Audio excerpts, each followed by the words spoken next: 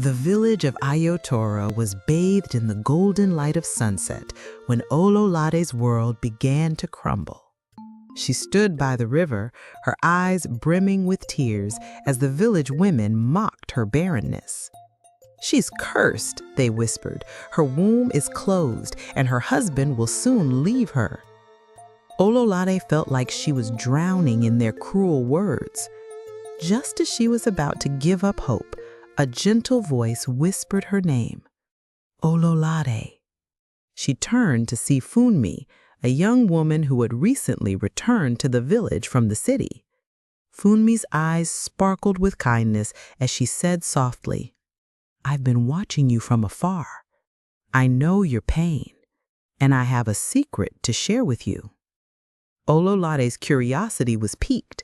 She leaned in as Funmi whispered, "There's a way to have a child, even if your body won't allow it. It's called surrogacy." Ololade's heart skipped a beat. Could this be the answer to her prayers? But their conversation had not gone unnoticed. An elder, hiding behind a nearby bush, had overheard their words. He rushed to the king's palace. "Your Majesty," he said breathlessly, "I bring grave news. Ololade, the barren woman, is considering surrogacy. She and her husband must be warned against this abomination." The king immediately summoned Ololade and her husband Ayodele to his palace. His voice was stern and filled with warning. "You know the traditions of our ancestors. Surrogacy is a sin, and those who practice it will be cast out. Do not defy the gods, lest you suffer the consequences." Ololade trembled, feeling the heavy weight of the king's words. But she couldn't shake off the sliver of hope Funmi had planted in her heart. As they left the palace, Ayodele took her hand, his eyes steady with determination. "We'll do what's best for us, my love," he said quietly. "We'll find a way." Ololade's heart swelled with love for her husband, but deep down, she knew the risks would be high. As the days passed, Ololade and Ayodele's desire for a child only grew stronger. Despite the king's warning, they couldn't shake off the hope that surrogacy had given them. They began to secretly meet with Funmi, who had connections with the fertility clinic in the city. The journey to the city was arduous, winding roads, crowded markets, and countless watchful eyes. Ololade felt like she was walking on eggshells, constantly looking over her shoulder, fearing they would be discovered. But Funmi's calm guidance, her steady voice, it kept them going. At the clinic, they met with the doctor who carefully explained the process of surrogacy. Ololade's anxiety spiked.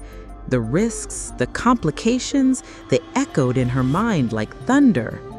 What if something went wrong? What if the surrogate didn't want to give up the baby? Ayodele reached out, holding her hand firmly, his eyes steady, filled with unwavering resolve. "We'll face whatever comes our way," he said softly. They soon met Arike, a kind-hearted, warm-spirited woman who agreed to be their surrogate. Ololade felt a storm of emotions, gratitude, hope, and fear, all tangled together. When the embryo was finally implanted, Ololade's hopes soared. For the first time in a long while, she allowed herself to dream. But the waiting, it was agonizing.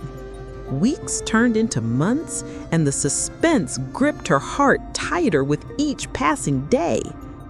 One day, the doctor called with news that lit up Ololade's soul.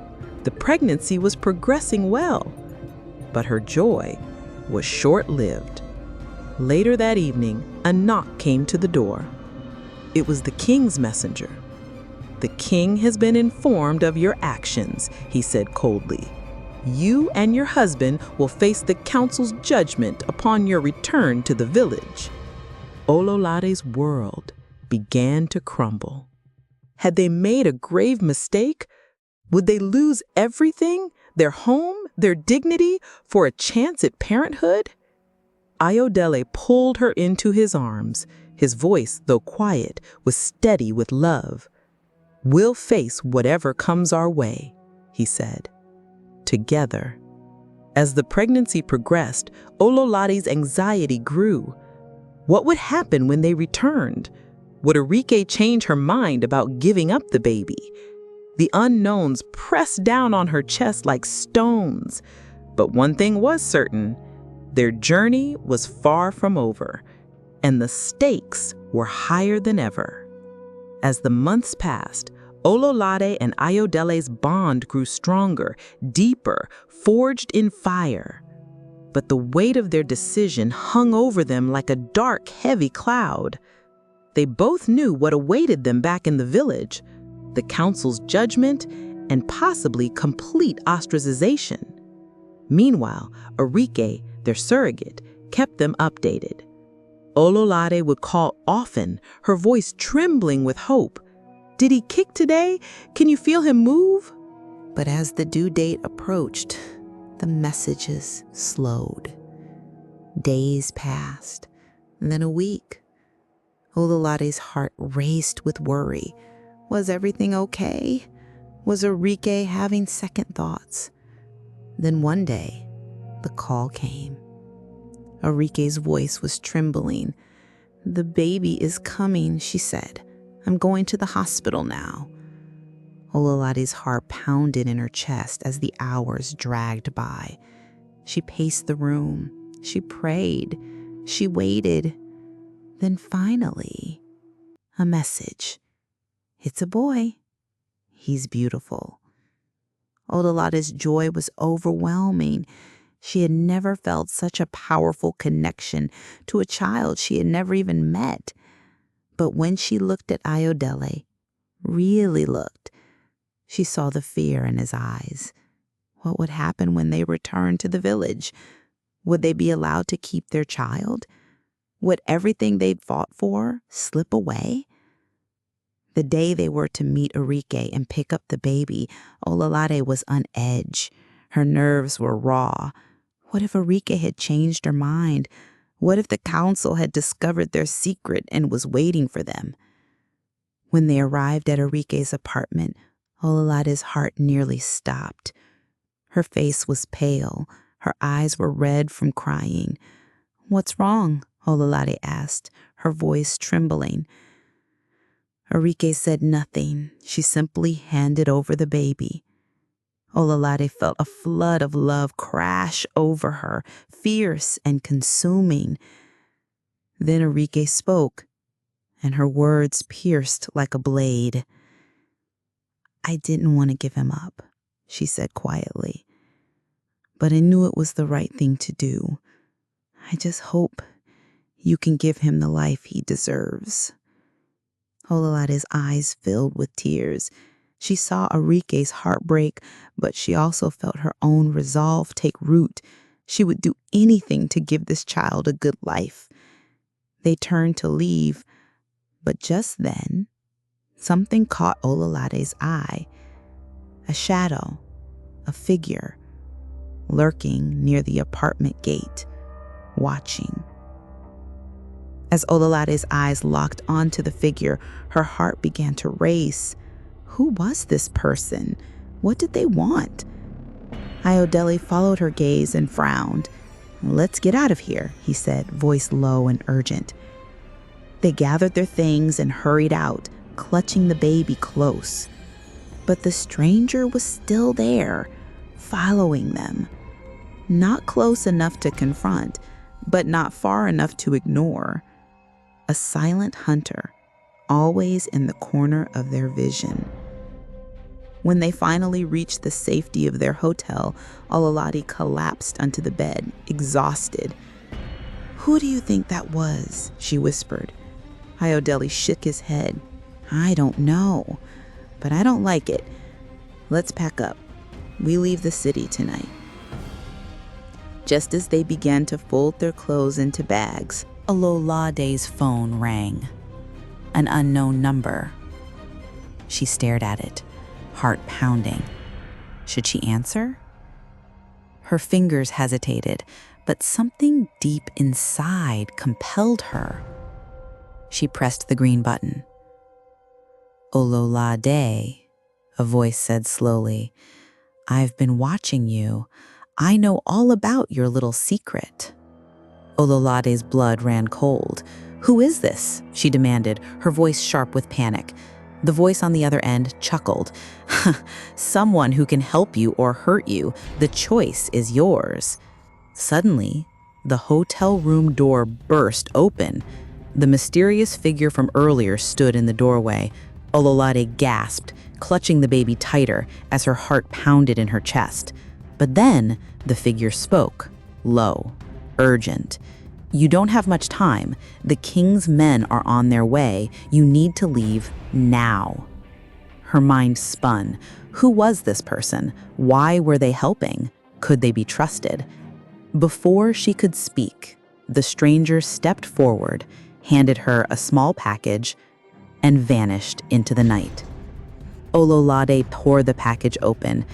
Inside, a set of fake identification papers and a single slip of paper. On it, just one sentence: "Trust no one." Everything was unraveling. Her world, her plans, her peace. Who was watching them? Who was helping and who was hunting? As Ololade and Ayodele stared at each other, fear carved into their faces, they knew one thing. They had to move. Now. They packed in silence. No time for questions. They slipped out of the hotel and into the shadowy streets. But Ololade felt it again, that cold presence at her back. She glanced behind her, nothing. But her skin crawled. Someone was watching, she could feel it. Ayodele grabbed her hand, his grip like iron. "We need to get out of the city," he whispered. "We can't risk being caught." They flagged down a taxi, barely speaking. The city blurred past the windows, streets they might never see again. Their destination? The outskirts. A quiet, hidden place where a contact waited. Someone who could help them return to the village without being seen. But Ololade's mind was loud. Who was that figure? Why did they help? What did they want in return?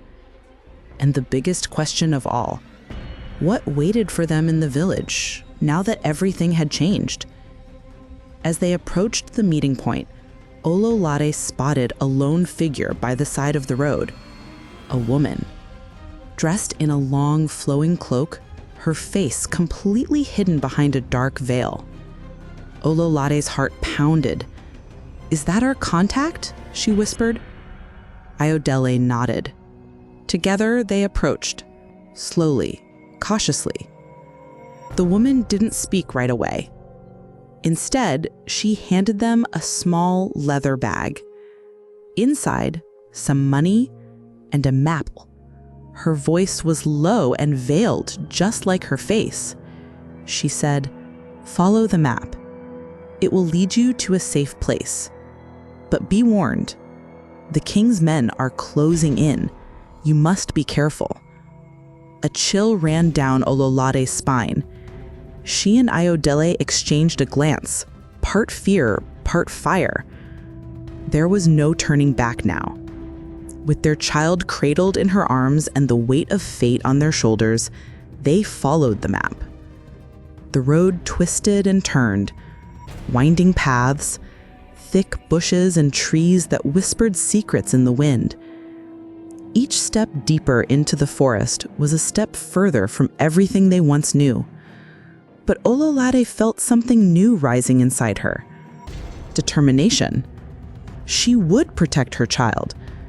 She would survive this, no matter what. But far behind them, danger moved. The king's men were not far. Their horses thundered across the land, and their blades were hungry for obedience or blood. Hours passed. They reached a clearing hidden behind a cascading waterfall. And there, like a shadow from a dream, stood the another veiled woman, waiting. A rustic wooden cabin stood beside her, almost invisible to the outside world. The woman's voice was steady, haunting. "Welcome," she said. "You are safe here, for now. But be prepared. The consequences of your actions are not yet done with you." Ayodele looked to Ololade. Ololade held the baby closer, her heart thudding. What consequences? What did this veiled woman truly know, and why was she helping? The woman handed them a small, rusted key. "This cabin has been hidden away for generations," she said. "It's a safe haven, but it's not foolproof. You must stay alert and be ready to leave at a moment's notice." As they stepped inside, Ololade exhaled. A wave of relief swept through her. They had made it. They were safe, for now. The cabin smelled of wood smoke and old memories. Worn, but sturdy. Quiet, almost sacred. But something felt off. Her eyes moved across the room. Photographs lined the walls, faces she didn't recognize. And carved into the mantel, 4 simple words: "For the love of family." Suddenly, the woman lifted her veil. Ololade froze. It was Arike, the surrogate? Her heart raced. Confusion twisted with surprise. If you loved this story, subscribe and follow us for part 2, because Ololade's surrogacy horror is just beginning.